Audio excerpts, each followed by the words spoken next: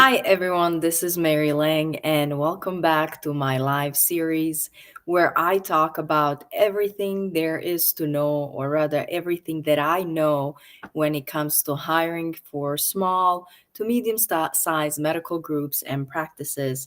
I have been running top medical talent for last 2.5 or so years, and I have been in a very unique situations where I literally learn by doing it. So I was hoping there might be a manager or a hiring team or just a practice owner who might have questions or might need help or might just need to hear some what it takes really to go through the hiring process and have them have them in a better shape when it comes to this type of work.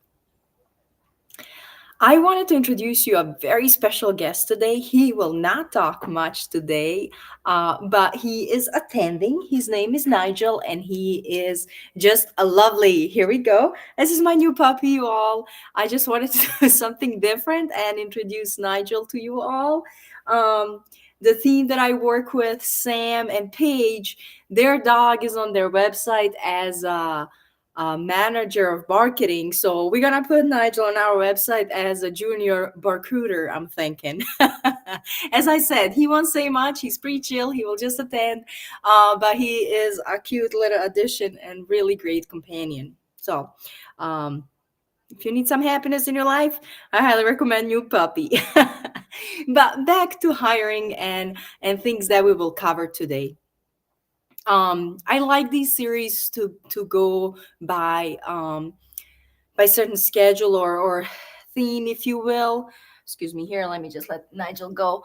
Where I usually cover a small topic or provide some type of advice, and then I open up for Q&A and I go from there. As some of you might know, or if you already watched previous episode, I had Henry sit with me, where he shared a candidate perspective on travel jobs that we offer quite often, and these travel jobs come from with all kind of, let's say, bells and whistles, right? So I was really breaking down what to look for, how to prepare to go into that kind of line of work if you are looking to join. And he really shared what he is going through as a person who is currently traveling for work, and kind of covers shifts for a very rural these critical care hospitals in various states here in United States, obviously. So um, I wanted to cover other part of this conversation for those candidates who are interested in conversation. It was previous Thursday when we had Henry here. So May 8th episode will be something you can watch and get informed. Feel free to reach out directly if you have additional questions, if you're curious to learn more or whatnot. So feel free. Do not be shy. We're here to help. Today, I wanted to share employer side when it comes to hiring for these rural hospitals, facilities, or just travel jobs, basically.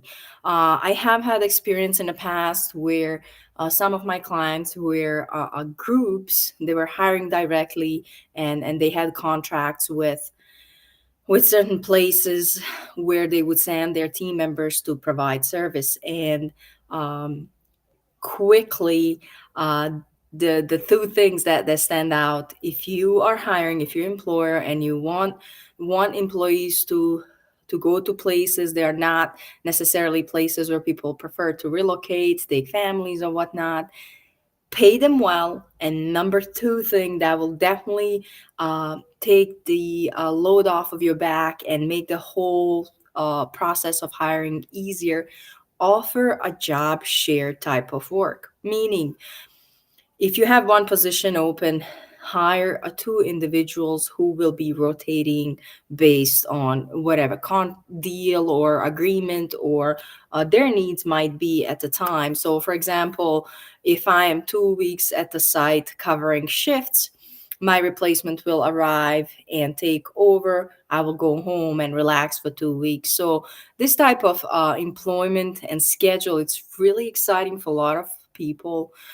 It is easier for them to say yes to, because they don't have to relocate all the way. They don't have to necessarily take their family with them and relocate kids in schools and whatnot.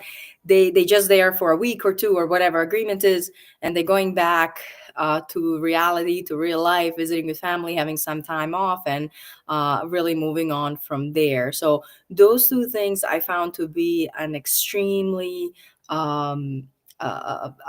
attractive thing for candidates. When I say pay well, um, how you would know what the good pay is. They're usually standards, and each state, I would say, has a specific hourly rate for a specific position. It is not hard to find them. Yeah, you always a phone call away. If you're in the industry, if you're hiring for those type of jobs, um, it's very easy to learn what actual pay would be. Please do not go a dime below. Always go above, even if it's not, if you think if it's not necessary. It is a big thing, and these jobs are usually filled based on that and the schedule. So those two things for employers, I hope could be helpful.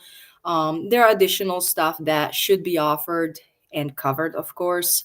If you're in a place to offer a travel, lodging, maybe different incidental charges that your employee might have, or whatever you can come up with, depending on, again, work and schedule they do, will not hurt, will make them feel appreciated, will make them feel wanted and welcome and taken care of. So definitely consider that as well. If you do need help figuring this out, feel free to drop me a line. I would love to jump on a call and tell you everything I know on several states that I worked in when it comes to certain items as additional charges, incidental charges, if you would call them, travel, lodging, and whatnot, how to organize that and get in place to be offered to your new hires.